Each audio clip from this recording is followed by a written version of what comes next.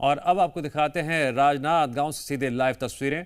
मुख्यमंत्री Vishnudeo Sai press conference कर रहे हैं। मतलब 4000 से ज्यादा आत्मसमर्पण और गिरफ्तार जिनका हुआ है, ऐसे माओवादियों की संख्या है। और हमारे जवानों ने मजबूती के साथ लड़ाई लड़ी है, तो 500 से ज्यादा माओवाद न्यूट्रलाइज भी हुए हैं।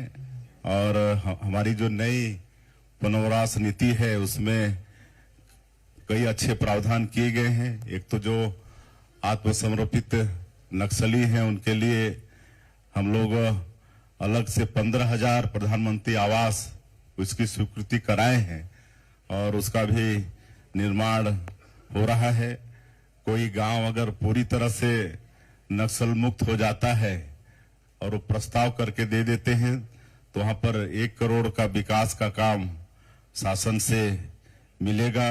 हम लोग नई उद्योग नीति भी बनाए हैं। नई उद्योग नीति वर्ष 2024-30, उसमें भी ऐसे नक्सल समर्पित, नक्सल पीड़ित जो लोग हैं, उनके लिए विशेष प्रावधान किया गया है। और अभी तक लगातार सुरक्षा कैंप भी खुल रहे हैं, तो 400 से ज्यादा गांव आज आबाद हो चुके हैं। और एक नियत नीलानार योजना हम लोगों ने शुरू किया है। आपका सुंदर गांव, उसका हिंदी अनुवाद होता है और उसके माध्यम से आज सुरक्षा कैंप खुल रहे हैं। और 400 से ज्यादा गांव में हम लोग सरकार की योजनाओं को वहां पर पहुंचाने में सफल हो रहे हैं। वहां पर सड़कें बन रही हैं, बिजली पहुंच रही है, पानी पहुंच रहा है। वहां पर पहले गोलीबारी की आवाज आती थी, अब स्कूल की घंटियां बज रही हैं।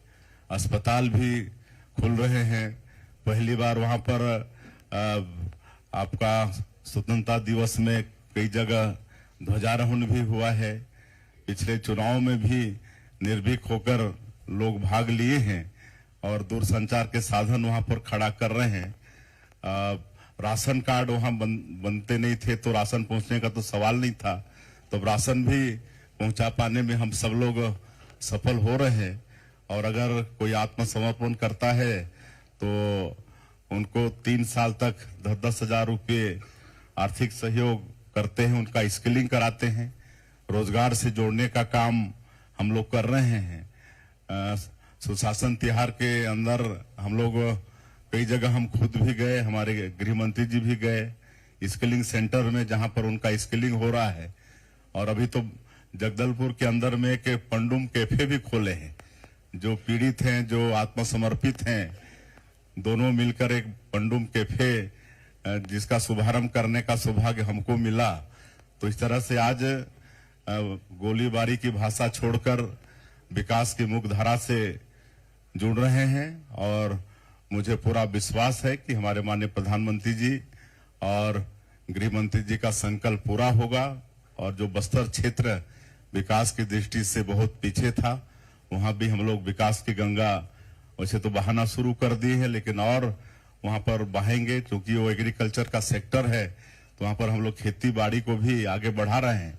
सिंचाई के साधन वहां पर उपलब्ध कराएंगे और सैकड़ों तरह के फॉरेस्ट प्रोड्यूस भी है, तो फॉरेस्ट प्रोड्यूस का मतलब प्रोडक्ट का वैल्यू एडिशन भी करके लोगों को छोटा छोटा उद्योग धंधा से जोड़ने का काम वो भी हम लोग शुरू किए हैं।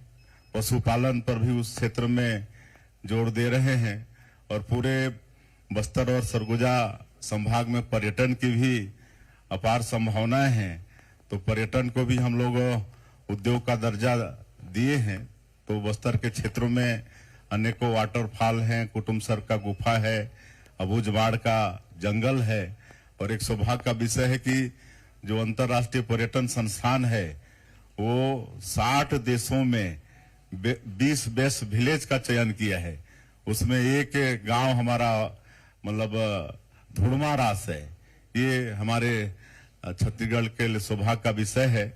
और होम स्टे भी काफी फल फूल रहा है, तो होम स्टे को भी हम लोग उद्योग में शामिल किए हैं। तो इस तरह से आगे चल के छत्तीसगढ़ के बस्तर क्षेत्र में भी बहुत विकास होने वाला है। तो आज का ये दिन छत्तीसगढ़ के लिए और विशेषकर नक्सलवाद उन्मूलन की दृष्टि से बहुत ऐतिहासिक दिन था। इसलिए हम सब लोग सोचे और गृह मंत्री जी के साथ यहाँ आप लोगों के बीच में हैं। मैं एक बार फिर सभी इलेक्ट्रॉनिक्स मीडिया और प्रिंट मीडिया के बंधुओं का धन्यवाद करता हूँ।